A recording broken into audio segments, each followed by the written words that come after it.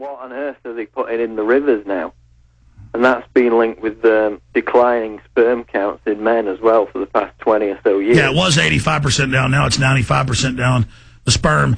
Well, I mean, and they've also done studies on waterways that aren't connected to any sewage system and shouldn't have the estrogen added, and they're finding it's synthetic. They're dumping massive amounts of it into the whole environment. They're spraying us with barium salts, sodium fluoride in our water.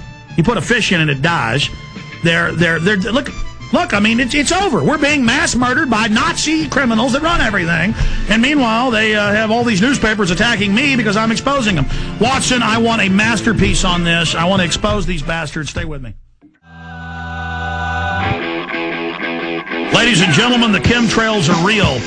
Just like they would deny there was a government plan to microchip the kids, and then Time Magazine and Newsweek for kids, they give them free in public schools, say, oh, you're cool. You're not like your parents. You're not backwards. You're going to take the chip. That's a quote, by the way, from Time Magazine for kids. Oh, yeah, turning your kids against you. And now the Mexican Attorney General's made his employees take it. They're pushing it on Alzheimer's patients. The point is, they brainwash the kids first. There's a bunch of government textbooks and others that admit they're chemtrail spraying. Now, we found all the government documents where they admit they're already terraforming the atmosphere since '96. Guess what? When we found out the term indirect and direct aerosol spray campaign, you just Google that. You'll be on Department of Energy, British Department of Energy. And I hate to have my guests waiting and then going off, and this is just too big. And then in the last few months, they had the London Guardian and AP come out and say, oh, they're looking at spraying barium salts, and they can mix it with the jet fuel. That way it's cheaply done, and it'll have a big effect over the airwaves to protect our cities. They're already doing it. And NASA reports the planet's 20% darker than it was back in the early 90s. They are spraying. Then they turn into clouds. It's cloud seeding. We broke Ben Livingston. We broke that story before Fox, AP, any of them. A listener sent us the declassified document that the government had put out. It had been 40-something years, so they declassified it. And in the declassified government document, it talked about how he created hurricanes, killed hurricanes, weakened hurricanes, how with just a few airplanes, they could do this. He ran the attacks. He would lead the squadrons in, because he was a combat pilot before that, in Korea. Amazing guy. He would lead the combat squadrons into Vietnam with no clouds. They would rain 10 feet of water on the Ho Chi Minh Trail. And he interviewed us, and then he got threatened, and he won't come on anymore. He said, no, I've been basically threatened. I can't come back on your show, Mr. Jones, because we got him on, it broke, and then AP and everybody picked it up. But the issue is that this is barium salts, aluminum dioxide. These are nuclei, what forms clouds. And now AP, I apologize to Stuart Rhodes, but I bet he got a big response the last time he was on from Oath Keepers. They're having a big move to get even more people out to take the oath against firing on them U.S. citizens, confiscating guns, doing things like that.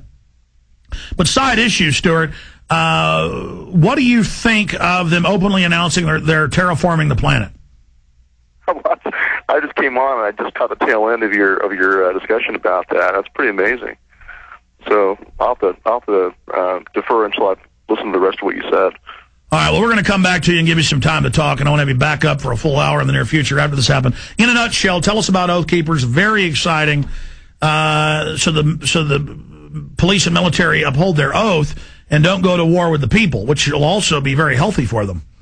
Absolutely. This is our mission, is to, as I told you last time, is to make sure that, the men with the big guns are on our side. And the response has been amazing. And one thing I want the listeners to know about is we are rallying on Lexington Green on April the 19th, which is the anniversary of the first shot in the American Revolution, the shot heard around the world. And we're going to be there on the same exact spot where that first took place. And we're going to read out our declaration of orders we will not obey, read them aloud, and reaffirm our oaths to defend the Constitution against all enemies, foreign and domestic. And we're talking, we've got active duty military flying in from all over the country, active duty police officers. What day is that? April 19th. 1775, baby. That's when it all started.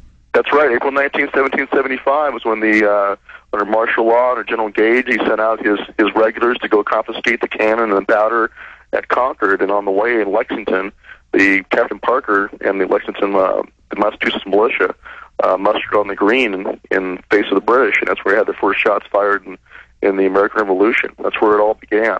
And so we're going to be standing there, and that's where we're going to have our first public meeting as Oath Keepers, is going to be right there. I just had a vision. I've got to stop shooting by the end of April for my new Obama film. I'm going to send a camera crew and show this event at the end of the film about this being the solution. Absolutely. Well, you need to be there, Alex. You're going to regret not being there if you're not there. I know, but I mean, literally, sir, I have enemy forces circling me. I'm here in the command base. I got to stay here in the headquarters. Okay, well, we'll definitely do that. You know what? Well, I mean, I'd love to fly up there. It's just literally, here's the issue. I could do 20 radio interviews a day on other people's shows. I mean, I'm reaching millions a day on my own shows. Right. The problem is, believe me, I'd rather travel around and be part of this, but I can't be in all places at one time. I've got to kind of, sit here at Midas Tirith, like we said last time, and I'm looking off at the eye across the mountain range at me.